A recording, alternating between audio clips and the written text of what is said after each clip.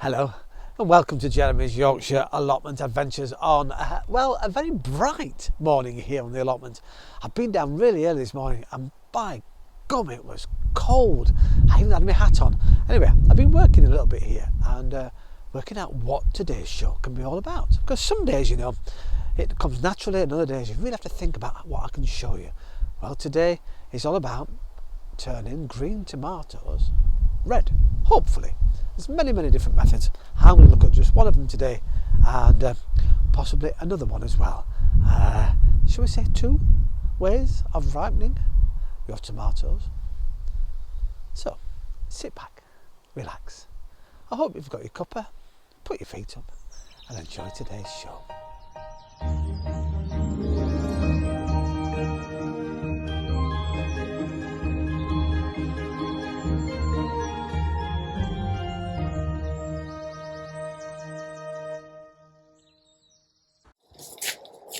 Oh, I've dug my tomato plants up, that was exciting.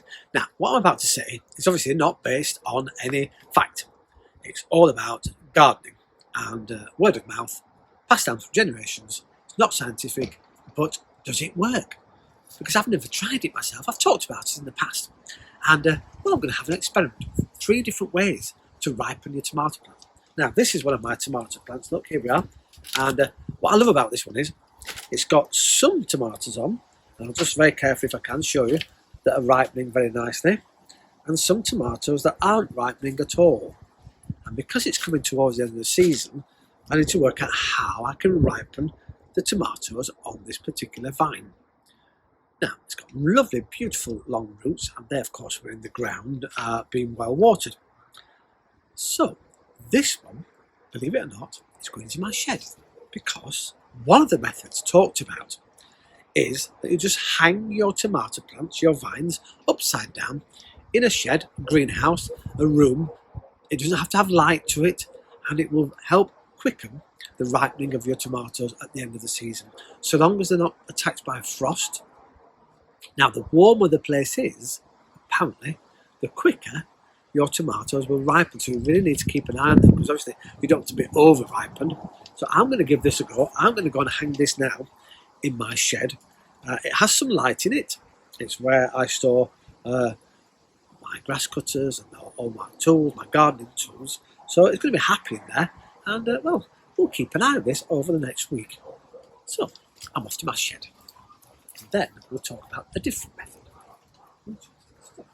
Hello down there. I know you're at a strange angle, but I'm in my shed and I've hung my tomatoes up and I've taken some of the leaves off the top, and any foliage that's a bit damaged or limp, we'll get rid of that if I can. Oh, I should have brought my cutters with me. Oh, there you go.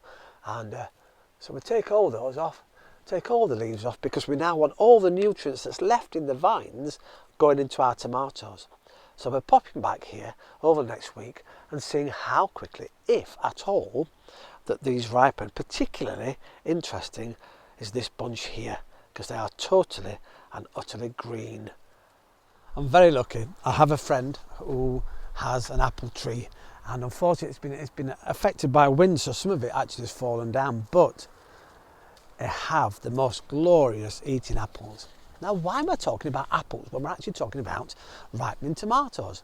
Well, now, you know the old wives' tale about you put a banana in a bag and that helps ripen your tomato. I can't even speak this morning. Ripen your tomatoes. There's one for the outtakes.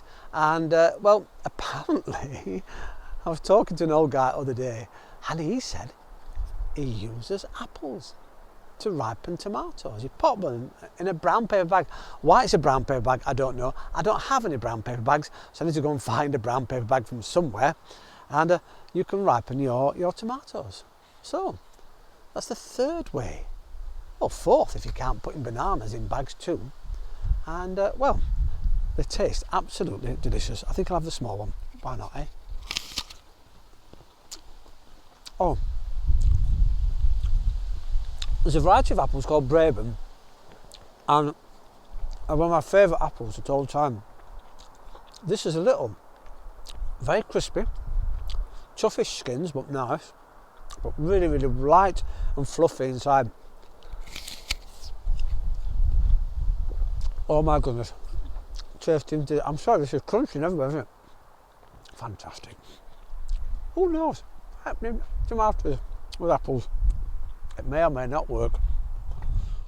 Well, here I am on the floor as always, and just behind me here, I don't know whether you can see it actually, I think you can, are all little green dots coming up, and that is my green manure.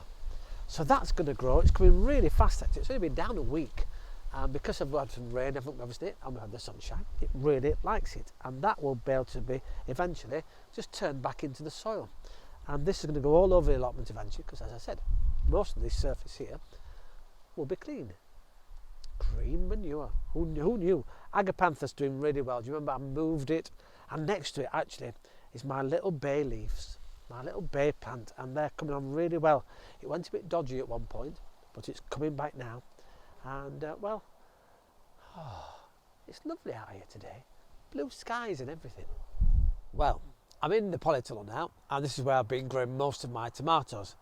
Now, another way, apparently, this is not scientific, word of mouth, folklore, whatever you like, to help ripen your tomatoes is to throw away your watering can and stop watering or feeding your tomatoes.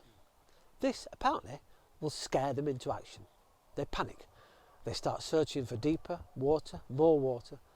Thinking water's running out, their life source, they put all the energy into ripening the tomatoes. So, as from today, I'm stopping stopping watering, should I say, all of the tomatoes in here. I need the space anyway. They're going to come out in the next week or two, so I might as well have a little experiment just over this week and see how fast they ripen, if they ripen at all. So I'm going to take a few photographs today of the tomatoes I've got here, of the bunches, obviously taking off the tomatoes that are already ripe.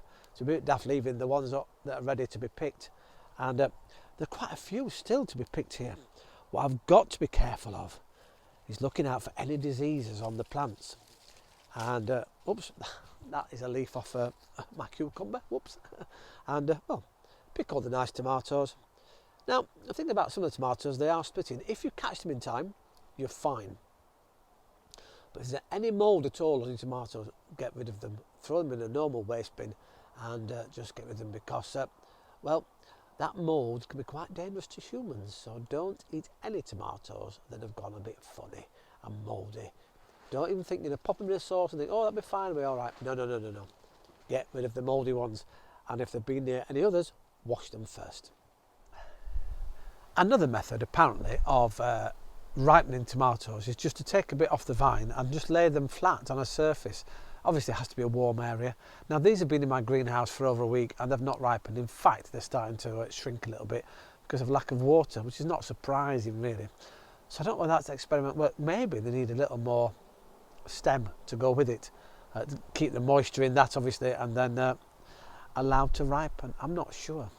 I've heard also that you can bung that in water and it feeds the tomatoes. Whether that works, I don't know. Do you have any methods of ripening tomatoes? So let's recap, shall we? We've got a tomato plant hanging in my shed. We've got these tomatoes in my polytunnel here, not going to be watered at all over the next week or so, and in the hope that they all ripen nicely. I've got my apples, which I've got one in my pocket. I'm going to put those. Now, I don't know, I might have to go back and ask that guy about it. Do you have to slice them up or just leave them like that? Because I know the bananas, you just put the bananas in the bag, don't you? And it's all to do with, well, that is science, I suppose. As the banana rots, the tomatoes ripen. Interesting. Will it happen with the apple? I've never been successful actually. I've tried the banana thing before and it's never worked. It seems like ages and ages. Maybe I've got the wrong type of brown paper bag.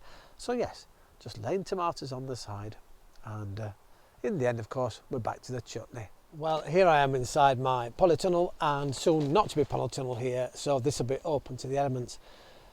I've had some leeks growing and they've not been doing very well. They weren't developing very well, so I'm a bit behind with putting my leeks in, but I'm going to put them in anyway. And so I'm going to use an old-fashioned method of keeping the leeks white, the stems and the stalks once they're growing. There's several ways you can put them into tubes, or once they start growing, put tubes around them to keep their lovely white stems white rather than all green, which is normally sometimes happens. So what I've done is I've dug a trench here, as you can see, And now they need to be about 15 centimetres apart, and I have my trusty ruler here. And well, this, believe it or not, which is one of the old spouts from the watering system, is 15 centimetres long. So basically I can pop that in. I know the first one at the end is going to go here, so I'm just going to make a hole and make it just a little bit big, like that. Now, because I've left my leeks too late, as you can see here, they have a root formation on already, and I will take a photograph for you before. What I have to do, when you put your leeks in a hole, you don't soil them up. You pop them in the hole like this, and just leave them, and so then you can just go merrily, oh, where's my stabber, along 15 centimetres, just a little shorter than that, and carry on doing that with your leeks. Oh, make your hole really big. There you go, let's do that. Get that out of there. It's a little dry, this soil, but we'll get that in. Pop your leek, oh, and pop your leeks in like that. And then what you do is you water your leeks into the hole. So you're going to put some water in there, and then that means it'll all settle nicely around your leeks. What then I'm going to do is, once they grow stronger and grow bigger, I'm going to start putting the earth in, and a little like the potatoes, you earth them up, and as they grow, because most of the stem will be underground, they'll keep nice and white. Well, fingers crossed it works anyway. That's the theory.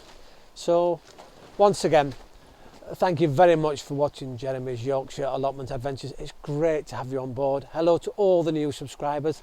It's nice to have you here. You can send messages via the comments section if you wish. I love hearing all of your comments. And yes, we'll carry on with these. So if you've any tips on how to ripen tomatoes, send them in, put them in the comments, and we'll use them in the forthcoming shows. Thanks for watching. I'll see you next time here on Jeremy's Yorkshire Allotment Adventures from a very windy Yorkshire. Ta-ra for now.